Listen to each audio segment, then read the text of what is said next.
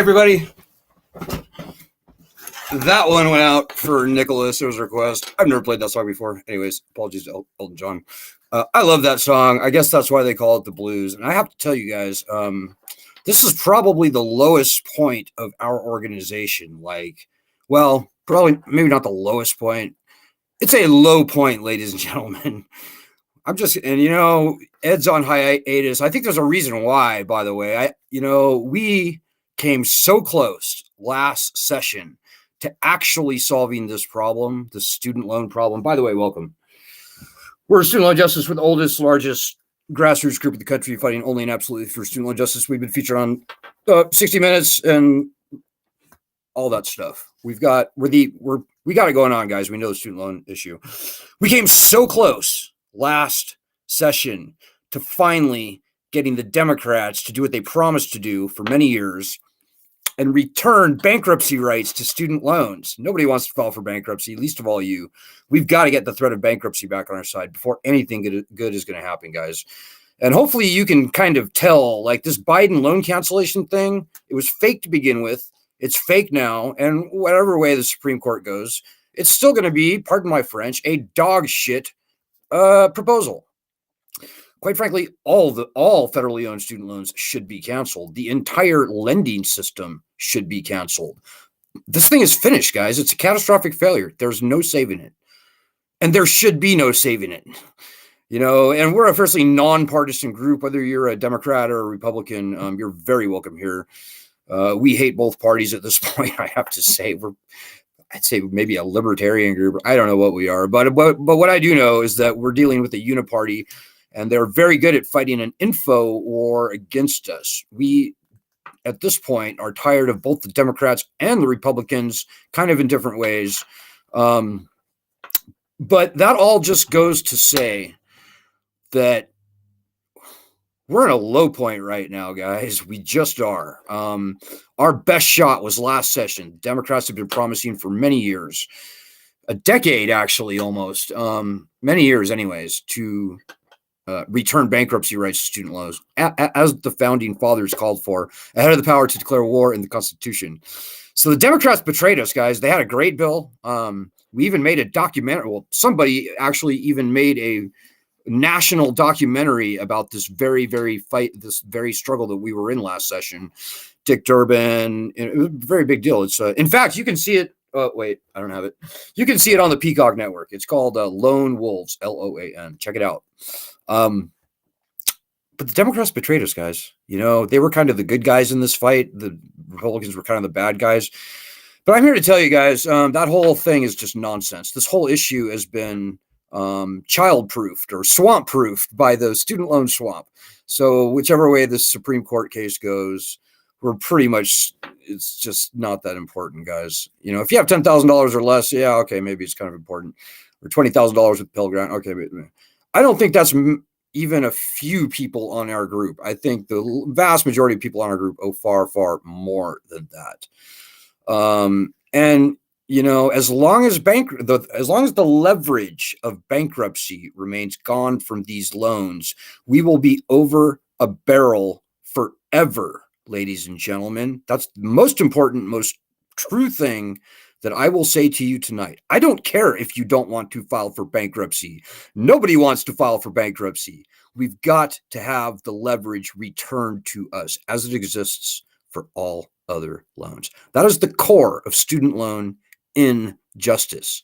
We're not going to see any meaningful cancellation. We're not going to see any meaningful breaks on interest or blah, blah, blah. We're not going to see anything good for your student loans. Unless and until we get the leverage of bankruptcy return, guys. And, there's a lot of people claiming to be fighting for student loan borrowers out there. None of them, except for us and maybe one or two other groups, National Association of Consumer Bankruptcy Attorneys, I guess they're fighting for it, but we're it, guys. You looked at all those other groups for the past 2 years, they were nowhere on bankruptcy. And quite frankly, I don't want to start bad mouthing the other groups, but I'm just going to say there's some very serious corruption in and among the other groups. And they're looking to pimp this problem rather than solve this problem. We're just normal people, guys. I'm a defaulted borrower for over 20 years now. I want this problem solved. I want these loans gone. That's what I want. But I know that we will never get there unless and until we get the constitutionally enshrined right of bankruptcy returned to us. And that's why we've been around for 18 years, guys. It's a very tough battle. You know, we thought it would be a 2-year project, but no. The Department of Education and, quite frankly, recently, the colleges, chief among them, the historically black colleges and universities, the HBCUs, have betrayed us. They've been fighting against student loan borrowers everywhere, guys.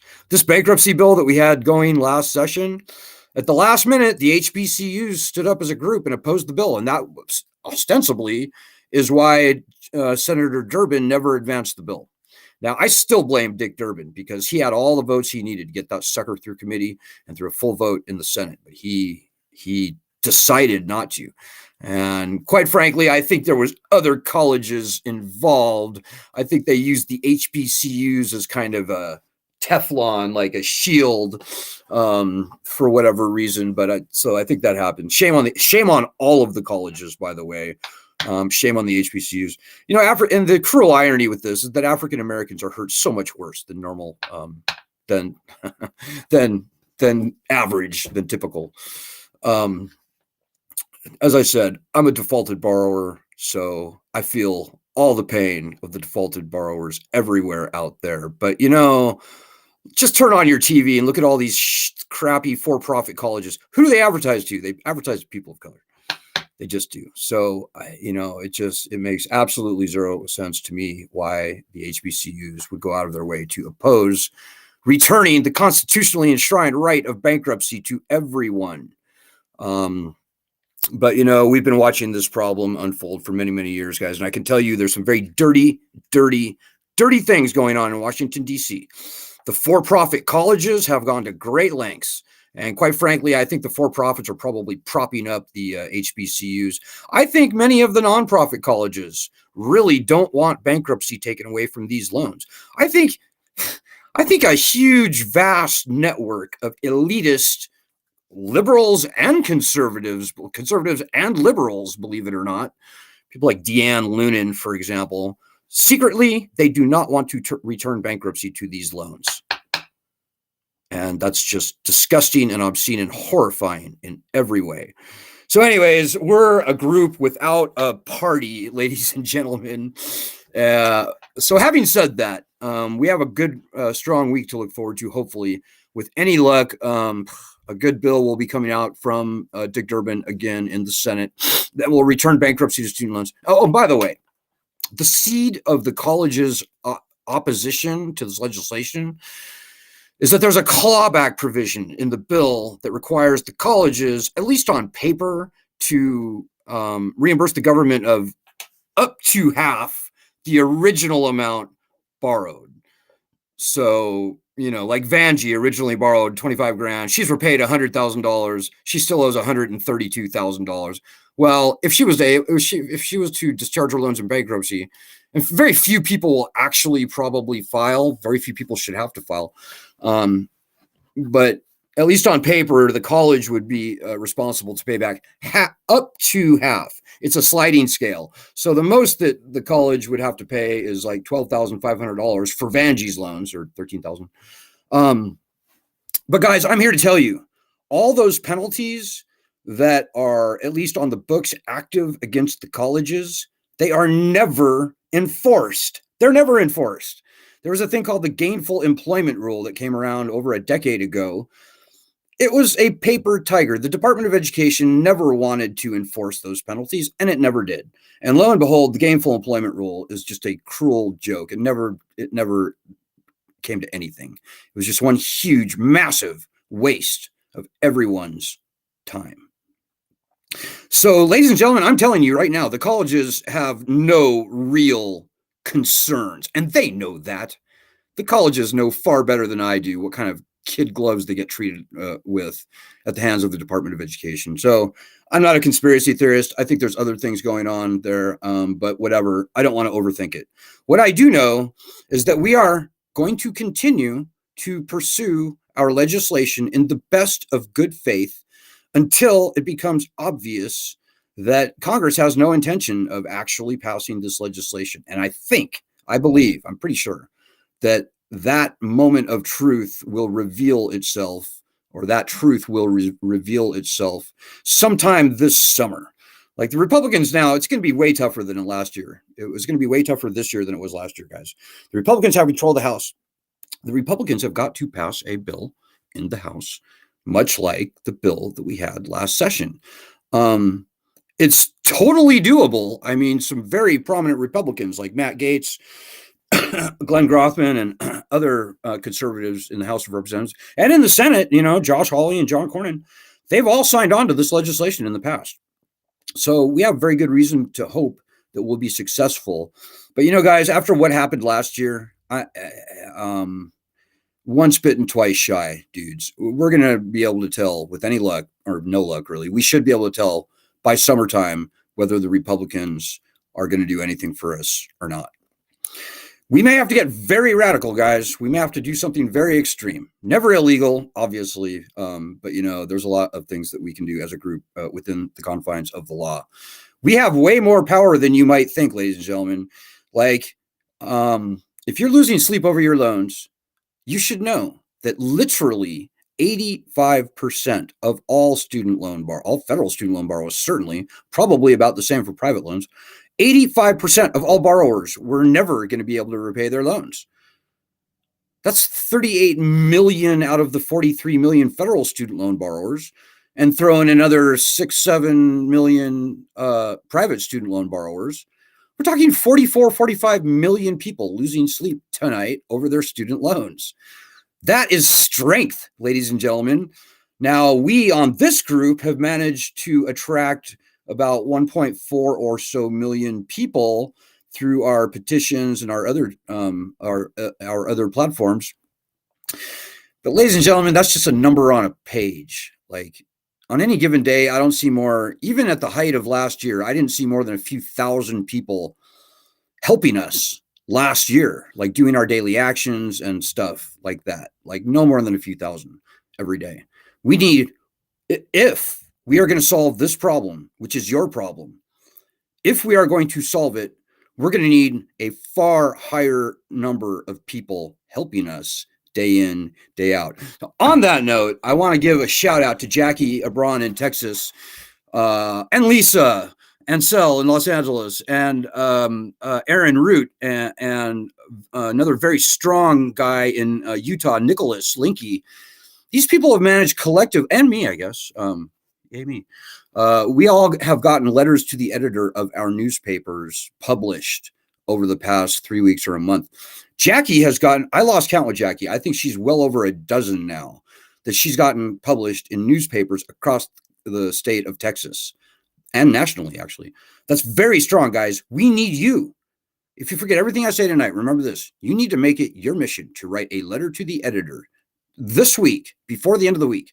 And in fact, I would say before you forget about it tonight, right now, go to the website of your local newspaper, go to the opinion section, find the email for the editor, or just find out how to write a letter to the editor, and write a not even two paragraph letter, a short letter, less than 200 words, sorry.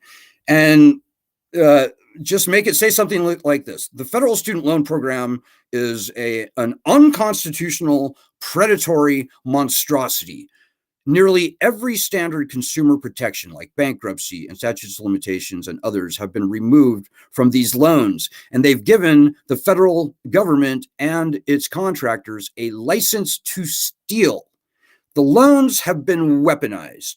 At this point, quite frankly, they should just cancel all the loans and start over again and reinvent higher education funding in this nation. You can say that, or you can say what I usually say is, at a minimum, Congress needs to return the bankruptcy protections that should have never been taken away. This is obscene.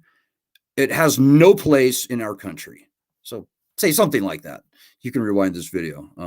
Say something like that. It will help. It's easy to get letters to the editor of your newspaper published. You got to step up, guys. We are not here for your entertainment. This is not a group, a wait, watch, and worry group. You can't sit on the sidelines. You can't be a prom queen in this group. You can't expect other people to do your work for you. That's bullshit. That never we cannot do your work for you. You've got to step up and do your part because this is your problem. These are your loans, and we're here to help, but we're not here to work for you.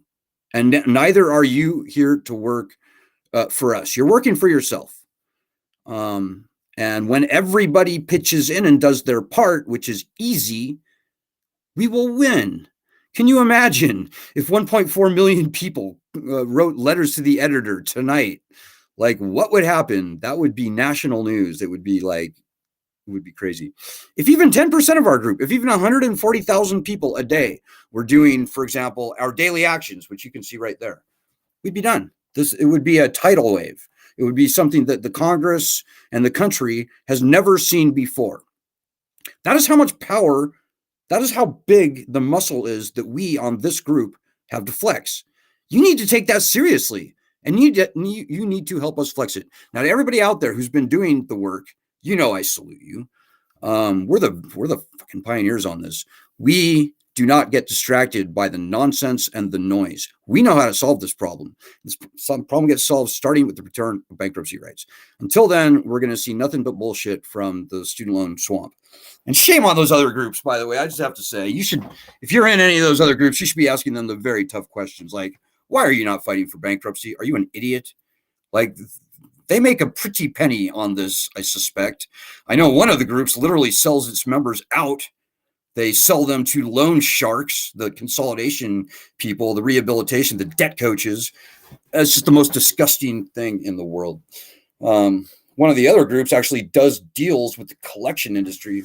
We don't do any of that shit, guys. We're here to solve this problem.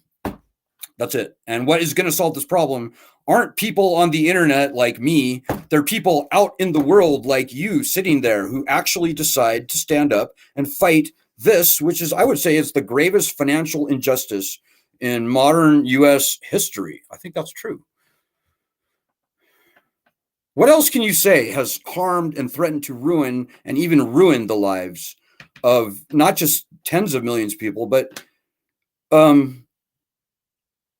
many tens of billions of people, like 43 million people this lending system is poised to ruin. That's huge. I can't think of anything that we've seen like this economically in this country ever. This is a huge battle, guys.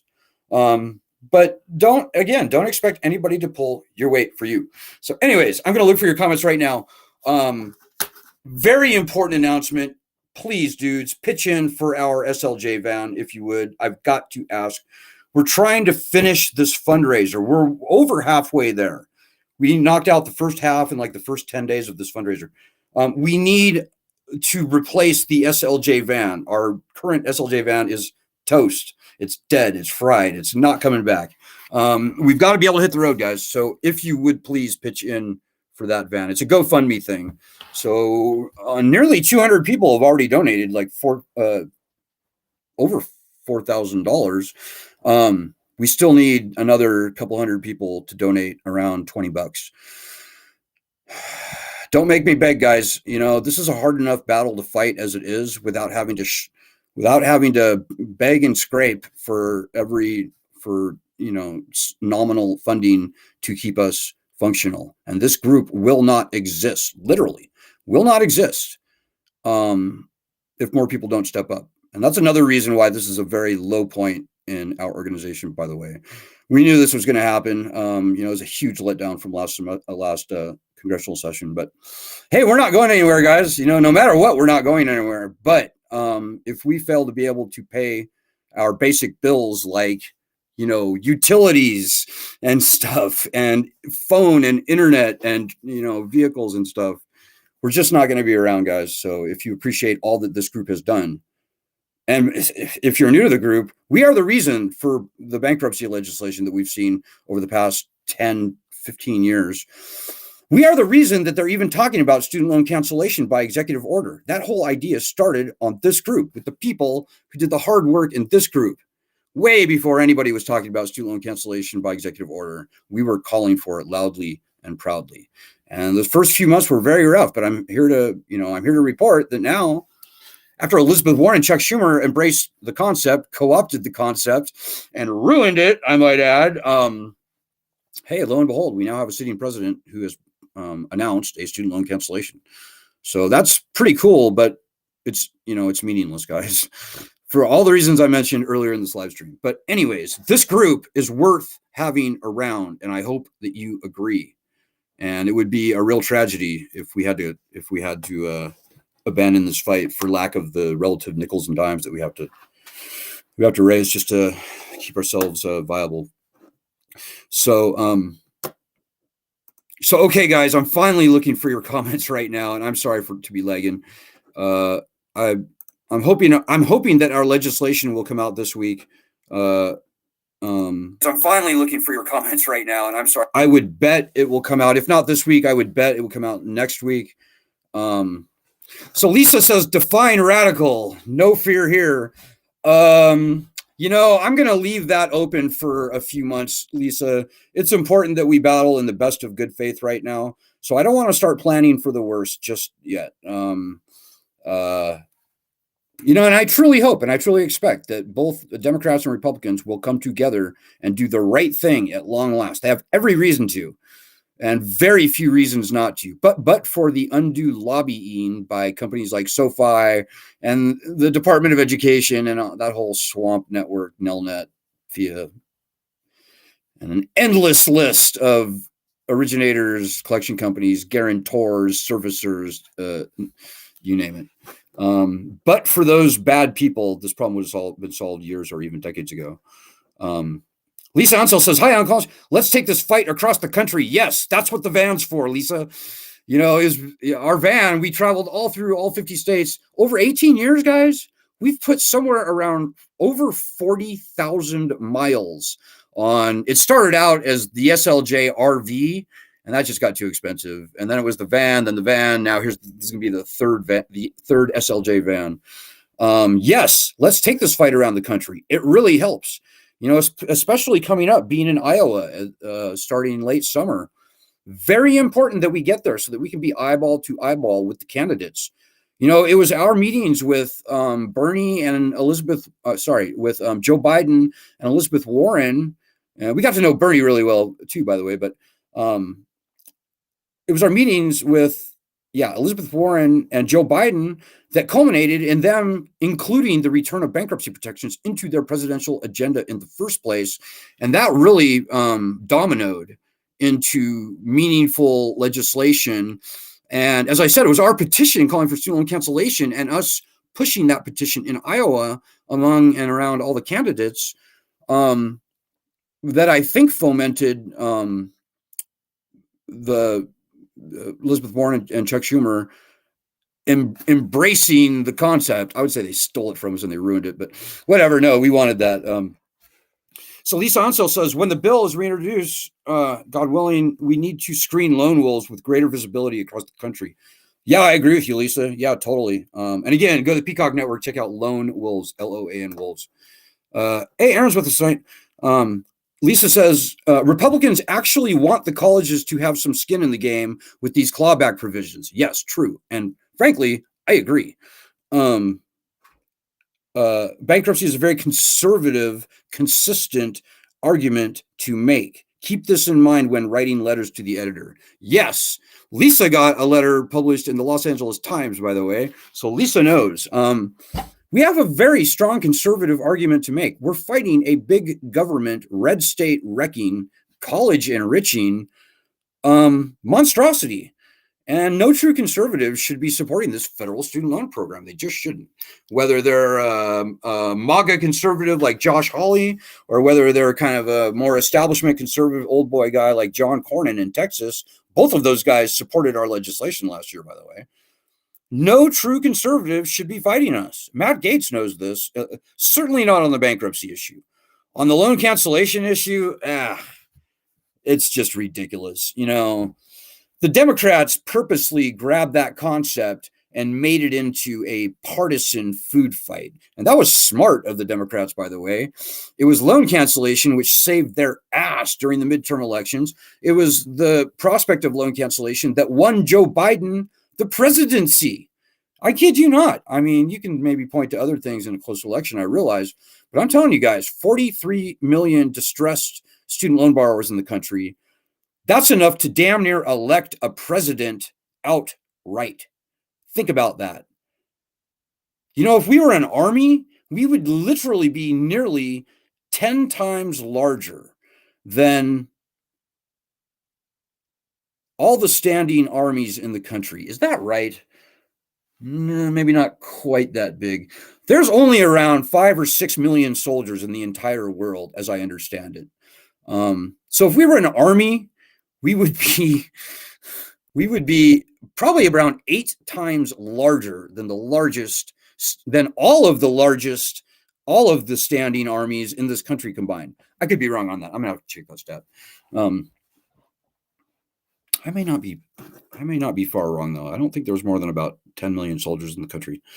Anyways, we're huge, guys. We have a massive muscle to flex. You have no idea how important you could be.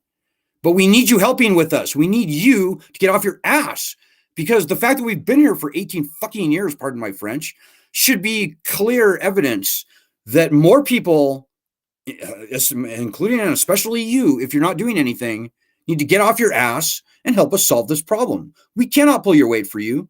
And as I said, the 18 past years that we've been spending fighting this fucking fight, and I'm ready to be done. And I hope you can tell. It's because of lazy people. It's because people thought that somebody else was going to do their work for them, fight their battle for them. That never happens, guys. Not ever. Not ever does it happen. And to those of you who have been doing the hard work, you know I salute you. I've already said that. Yeah, if our student loan debt were a country, we would be the 8th richest country in the world. I think that's correct.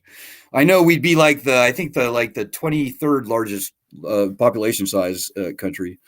So anyways, guys, I think I've gone on a little bit longer than I was planning to tonight, but I hope what I said sunk in, guys. Go to our website, join your state chapter, whether you're a Republican or an independent or a Democrat or a Unitarian or a Libertarian or a Episcopalian, whatever your political stripes are, or religious, or whatever your race, ethnicity, etc., whoever you are, no matter who you love, you're very welcome in this group. We are a fiercely non-partisan group, and as long as we stick to student loans, we will win this problem quickly.